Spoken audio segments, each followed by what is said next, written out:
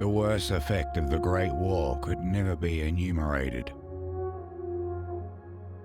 It was the loss of all those talented people who would never become prime ministers and premiers, judges, divines, engineers, teachers, doctors, poets, inventors, and farmers, the mayors of towns and the leaders of trade unions, and the fathers of another generation of Australians.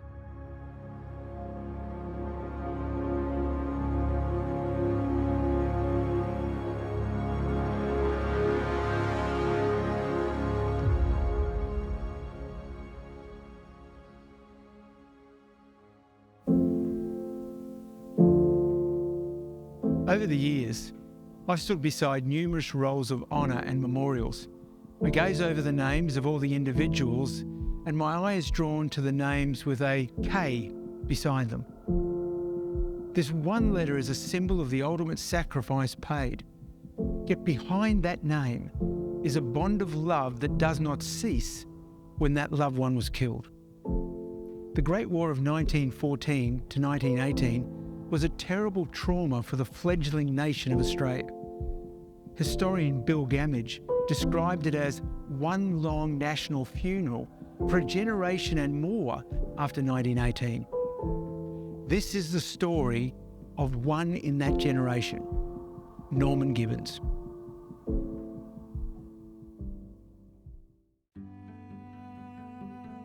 Norman Gibbons was born to William and Mary Gibbons in Ararat, Victoria on the 22nd of April 1878. They would have 10 children, 4 girls and 6 boys.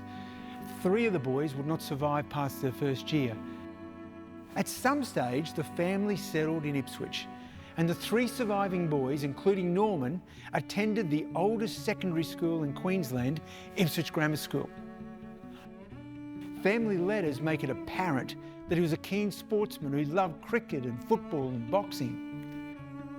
Norman left Ipswich Grammar School at 17 years of age and went to work for his father for about 18 months. He joined the Queensland Defence Force and became a 1st Queensland Morton Regiment member in their Ipswich company. There is no doubt that he thrived in this environment, being described by his superior officers as being very zealous and efficient. As a result, he was promoted to lieutenant after completing an officer's course in 1900 at the age of 22. The next couple of years would prove challenging for Norman in many ways. Norman's beloved 4th Queensland Regiment was disbanded. Norman had formed very close relationships in the regiment, and although offered a transfer to another regiment, he and other officers declined that transfer, hoping that the old regiment would be reformed. This was not to occur, and he was placed on the unattached list and subsequently placed in the reserve of officers. Norman's life was at a crossroads, and Norman's sister Violet was also pondering her future, and so both of them moved to New South Wales. When Britain declared war on the 4th of August 1914, Australia was at war too. Norman Gibbons enlisted on the 29th of August 1914 in Sydney. So keen was he to enlist that he was content to be a private. Now this didn't last for very long, and over the next couple of months he was promoted to sergeant and assigned to the 3rd Battalion. There was no doubt he was physically fit. His enlistment papers show he was 6 foot in height, 183 centimetres and 76 kilos. After 6 weeks of basic training, Norman leaves Australia on the 20th of October 1914, bound for war. Private Frank Hubbard, Norman's orderly, said that Norman wrote to his sister Violet every week without fail while in Egypt, and he carried a little book of dried flowers she had given him before he left for overseas. During his time in Egypt, their father, William, died. Norman and his sister Violet were completely estranged from the rest of the family for reasons that cannot be absolutely verified. This was a bitter separation. What caused this falling out? One of Violet's teaching colleagues, Miss Everingham, suggested it was due partly to their mother's excessive drinking. This breakdown would have horrific consequences.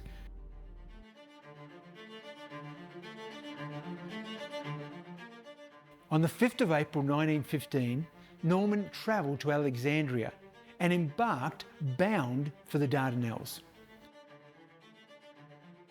Norman would be part of the second wave onto the beach.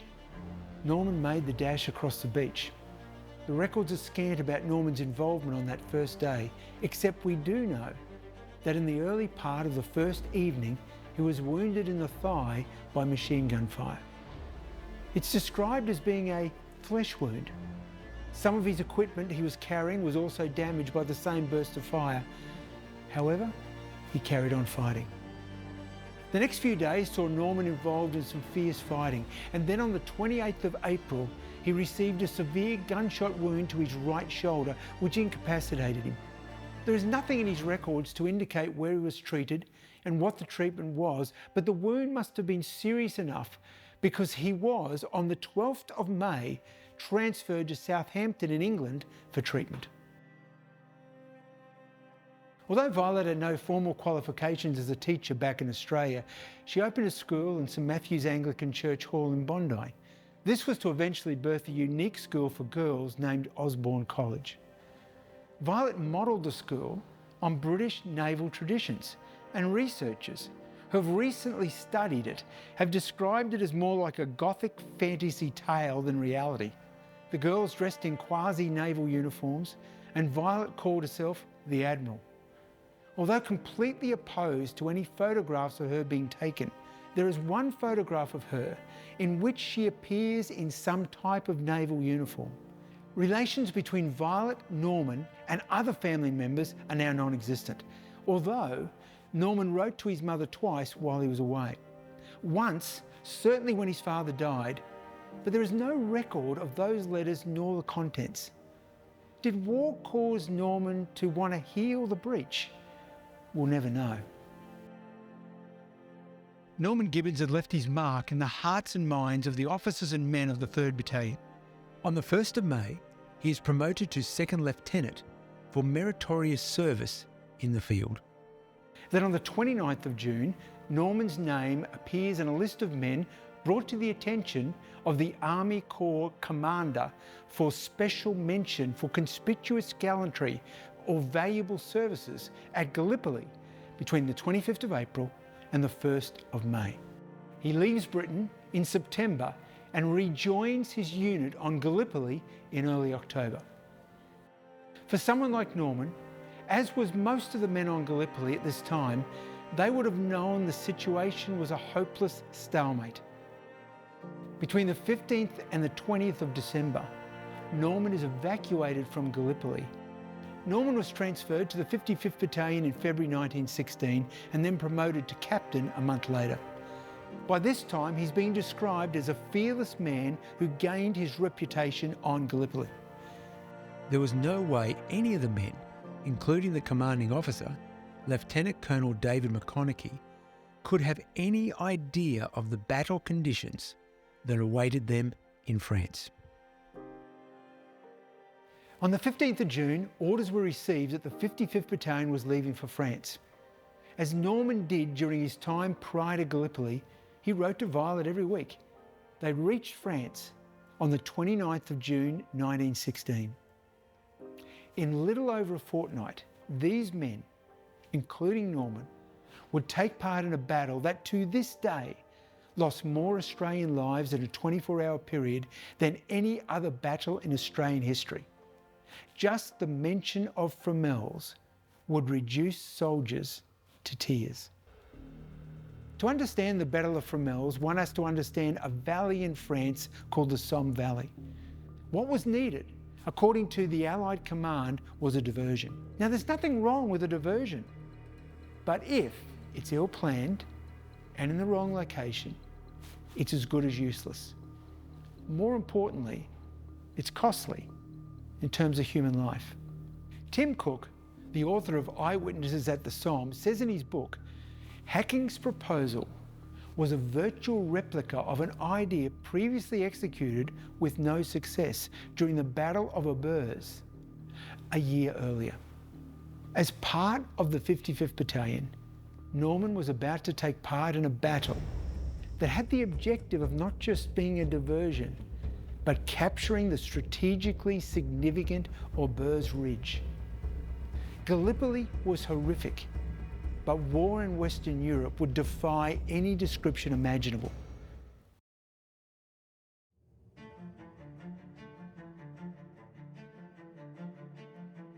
Fromelles, where the battle was to take place, could not be in a worse location for a frontal assault.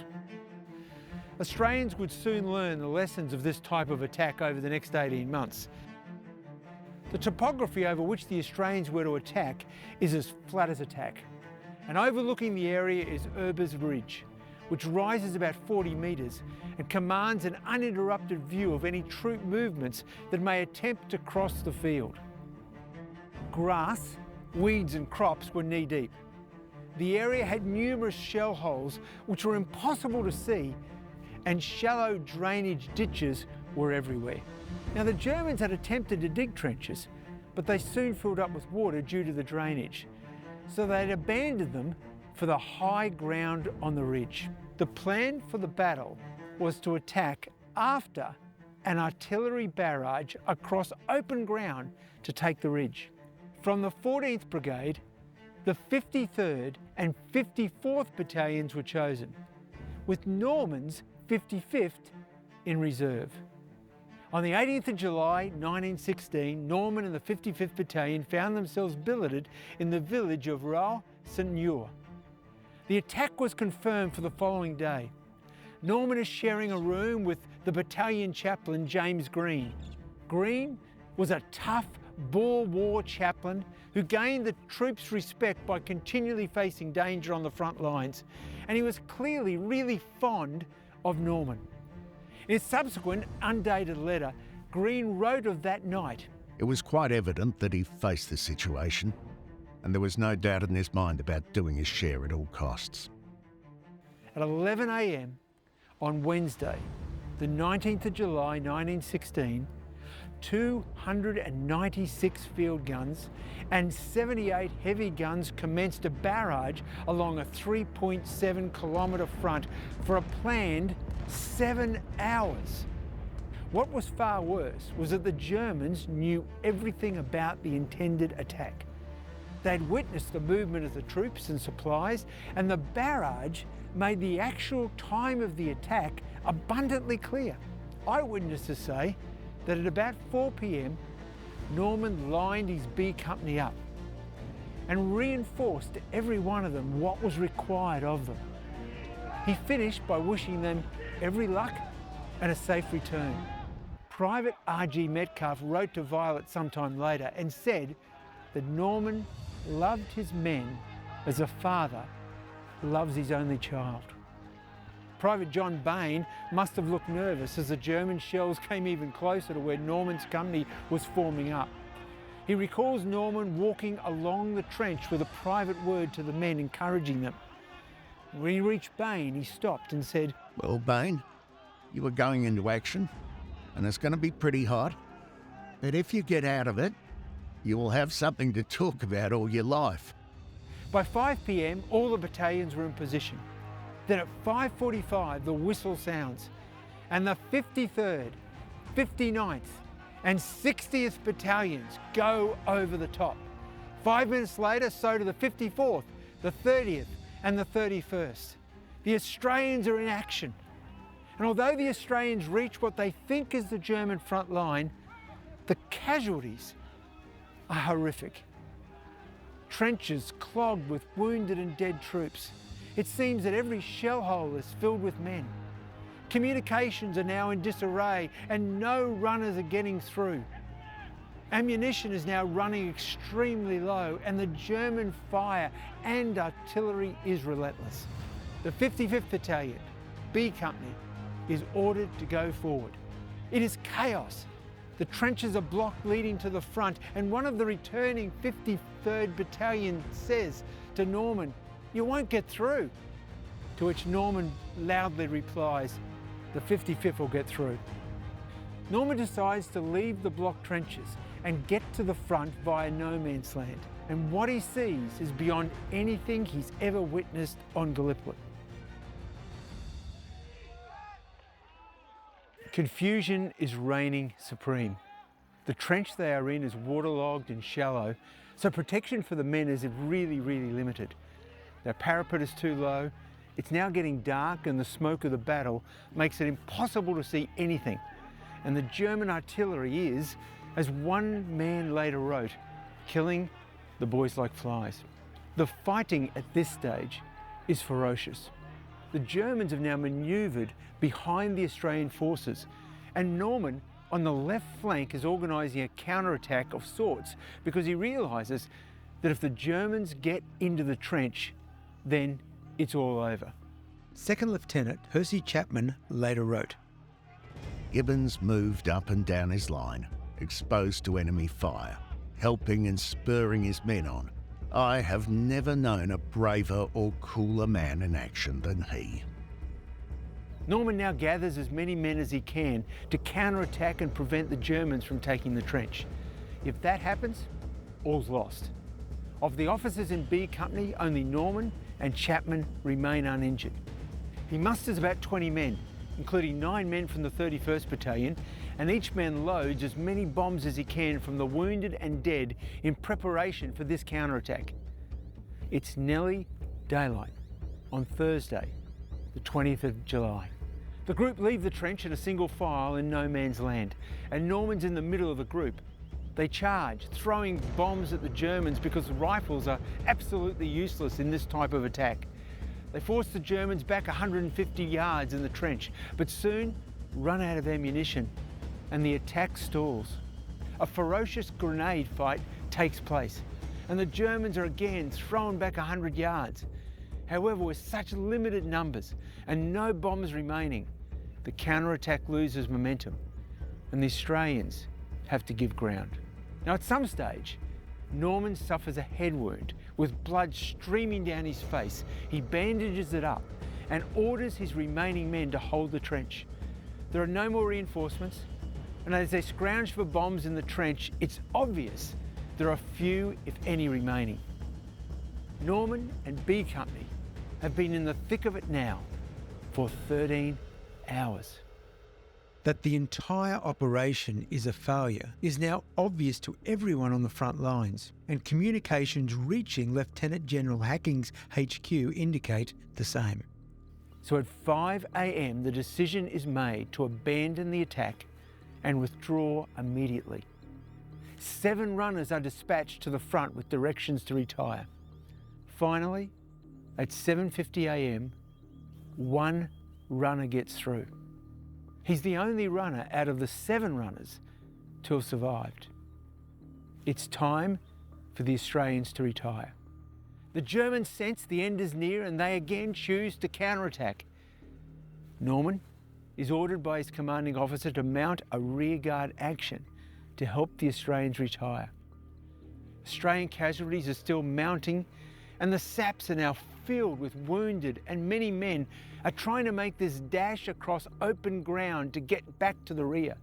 Norman recruits 4 officers and about 50 men, and they collect as much ammunition and bombs as they can, and Norman lines them up almost shoulder to shoulder, and they open fire in this rearguard action. Finally, when all the Australians had left the trench, Sergeant White, who was only a few yards from Norman, heard him yell, "Come on, all you gunners!" And the rearguard then leapt up and headed towards the rear. White remembers that Norman was the last to leave.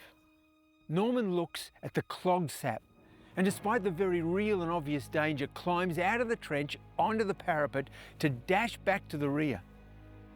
And immediately, he's struck by machine gun fire and killed instantly.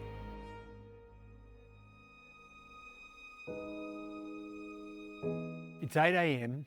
on Thursday morning, the 20th of July 1916. The battle is over. Norman Gibbons is dead. Now for the dreaded and hated roll call. Private Hartley of the 55th recalled the moment as if it was yesterday. We could muster half our company and 1 officer. The exact number is 110 out of 204. Nearly half the battalion is missing. Oh, the sights were awful.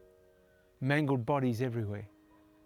The exact number from the 55th would be 87 killed. There were over 5,500 Australian casualties from the Battle of Fromelles alone. 400 were captured. No ground was gained. Over the next few days, there would be a knock on many Australian doors. Telegrams would arrive as well, and from this battle, almost 2,000 deaths were announced to the next of kin. Violet was one to receive the news, as was Norman's mother Mary. This is believed to be the greatest loss by a single division in 24 hours during the entire First World War, and any other conflict that Australian troops are involved in. Fromelles is without doubt a most tragic event in Australian history. Lieutenant General Hacking wrote, "Although the attack had failed, it had done the 5th Division a great deal of good." I'm not sure that the 5,500 casualties and their families, together with those men left with undiagnosed forms of anxiety disorders, mental scars, and trauma that never left them, would agree. Norman Gibbons' body was recovered and buried in a temporary grave. There is no record of which chaplain performed the ceremony, but the rather rough wooden cross before his more permanent burial was marked by a message from Violet, his sister. "With my soul's homage and my heart's utmost love to my beloved and deeply mourned brother, Violet Gibbons." Norman is buried at Sally-sur-le-Lars Cemetery.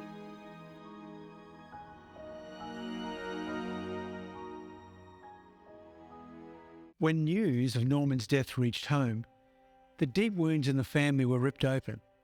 Violet's health broke down completely, and the school had to close for a period of time to allow her to recover. She described Norman as being inexpressibly dear to her and her lifelong comrade. It's difficult to describe what happened next. Violet poured all her time and energies into ensuring that the family would not receive any of her brother's possessions, including any medals he was to receive.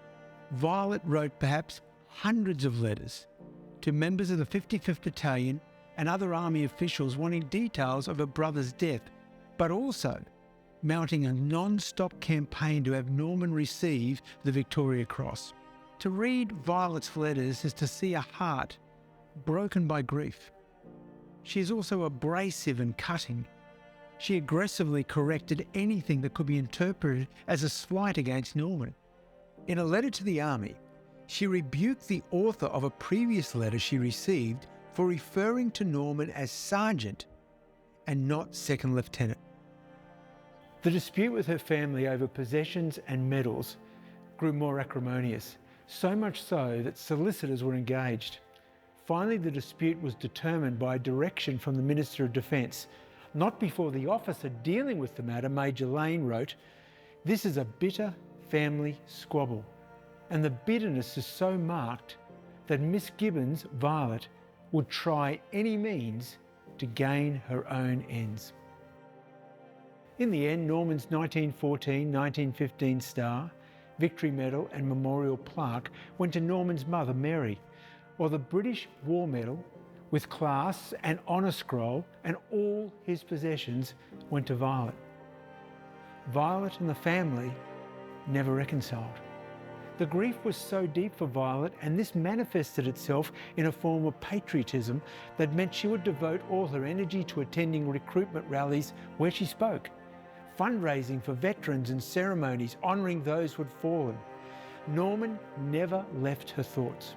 Violet had enlisted Charles Bean into the cause of attempting to have Norman awarded that Victoria Cross. They maintained contact throughout her life, and towards the end of her life, he begged her to donate all of Norman's effects, including all the correspondence, to the Australian War Memorial for safekeeping, and she refused, worried that the family would somehow gain access to Norman's possessions. In 1958, Violet became ill and died at the age of 82. Osborne College closed its doors shortly afterwards. The school and the house she resided in was sold. In 1963, what was Osborne College, now empty, was visited by Colin Kahn, an Australian Army officer. In the cellar, he found 2 P&O trunks full of possessions of a World War I soldier, including hundreds of letters. Khan knew immediately these were important.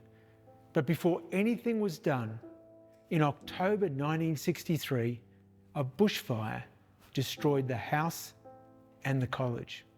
Nothing was left now of Norman's possessions, nor any of the letters he wrote. That in itself is a tragedy.